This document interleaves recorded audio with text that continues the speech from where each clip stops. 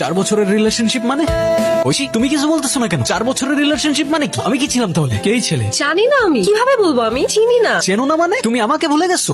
কি বলতেছো তুমি? ভাই সমস্যা কি? এভাবে ডিস্টার্ব করতেছেন কেন? এই ব্রো সরি ওর একটু প্রবলেম আছে। এই লোকটা কি বলতেছে তুই জানিস? বলতেছে 4 বছরের রিলেশনশিপ মানে কি? আরে কি বলতেছে? আরে ও আমাকে চিন্তাছে না আজব।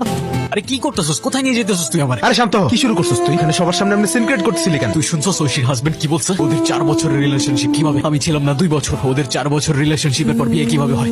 প্রত্যেকটা দিন নিজেকে দোষ দিয়ে গেছি আমি, যে ওই দিন ওর সাথে আমি পালাই গেলে আমার জন্য ওর লাইফটা নষ্ট হইতো না। সেদিন কিছু বলতে গিয়ে ওকে বলতে পারি নাই আমি। সুলতানের অ্যারেস্ট কোনো অ্যাক্সিডেন্ট ছিল না, সবকিছু প্রি প্ল্যান করা ছিল। কি হয়েছে? তোমার মন খারাপ কেন? এমনি ভাইয়া। তুমি আবার আমাকে ভাইয়া বললে, এবার কিন্তু আমি মাইন্ড করছি। আরে না না, এমনি বলে ফেলছি। চিল, এবার বলো তোমার মন খারাপ কেন? সুলতান ছেলেটার জন্য খারাপ লাগছে। আমার যেটা পাওয়ার কথা ছিল সেটা কিন্তু আমি এখনো পেলাম না। যেহেতু কথা দিয়েছি অবশ্যই পাবে, ডোন্ট ওয়ারি ভাইয়া।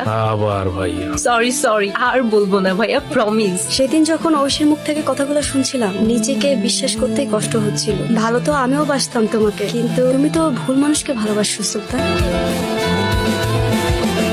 হ্যালো, কোথায় তুমি? কখন আসবা?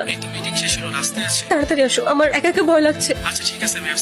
তুমি? এখন চিনতে পারছো? তখন তো চিনতে পারছিলে না, ভুলে গিয়েছিলে। না মানে ভুলতে পারবে না, ভুলতে দেবো না। কি বলতেছো তুমি এসব? বুঝতে পারছো না কি বলছি? যে নরকের খেলা তুমি আমার সাথে শুরু করেছিলে তার শেষটা আমি করব। যতটুকু কষ্ট, যতটুকু যন্ত্রণা আমি সহ্য করেছি তার পুরোটাই ফেরত পাবে তুমি। আজকে থেকে প্রত্যেকটা দিন, প্রত্যেকটা মুহূর্ত কাউন্ট করতে থাক, কারণ এবার তোমার যাবার পালা। তুমি আসছো? হাতে কি হয়েছে? আরে আসছিলাম, হঠাৎ একটা আননোন নাম্বার থেকে কল আসে। কিছু বুঝে ওঠার আগেই পেছন থেকে একটা গাড়ি এসে লিটারেলি ধাক্কা দেয়। কি একটা দেশে বাস করি যেখানে আমাদের লাইফের কোনো সেফটিই নেই। আমি রাফাতের বন্ধু, শুনলাম অ্যাক্সিডেন্ট হয়েছে, সব ঠিক আছে তো? ভাবি হ্যাঁ সব ঠিকই আছে, ব্যান্ডেজ করে আসছে, তেমন কিছুই হয়নি। করিনি তাই হয়নি। মানে হ্যালো, কে? যে ভাবছো ঠিক সে। বলেছিলাম এবার তোমার নরকে যাবার পালা। বলো কি বলতে চাও? সুলতান আই এম সরি, আমি তখন বুঝতে পারছিলাম না কি করব, কিন্তু এখন এসব আতঙ্কে আমি থাকতে পারছি না। তুমি তো আমায় ভালোবাসতে, প্লিজ মাফ করে দাও। যা হয়েছে তা তো বদলানো সম্ভব না। দরকার হয় একটা বাজে স্বপ্ন ভেবে সবকিছু ভুলে যাও। ভুলে যাবো? কিভাবে ভুলে যাবো আমি? তুমি আমার সাথে চিট করতে পারলা কিভাবে ঐশী? তোমার জন্য আমার ক্যারিয়ার, লাইফ, স্টাডি সবকিছু শেষ। চাইলেই কি এত সহজে ভুলে যাওয়া যায়? আমি তোমাকে মাফ করতে পারবো না ঐশী।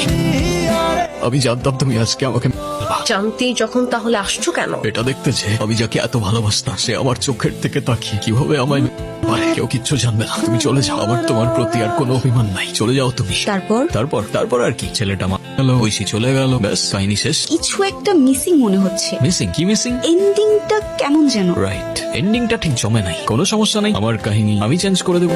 সুলতান নট নাও, তুমি তো জানো সিগারেটের ধোঁয়ায় আমার ব্রিদিং প্রবলেম হয়। এন্ডিংটাই কি মিসিং লাগছে?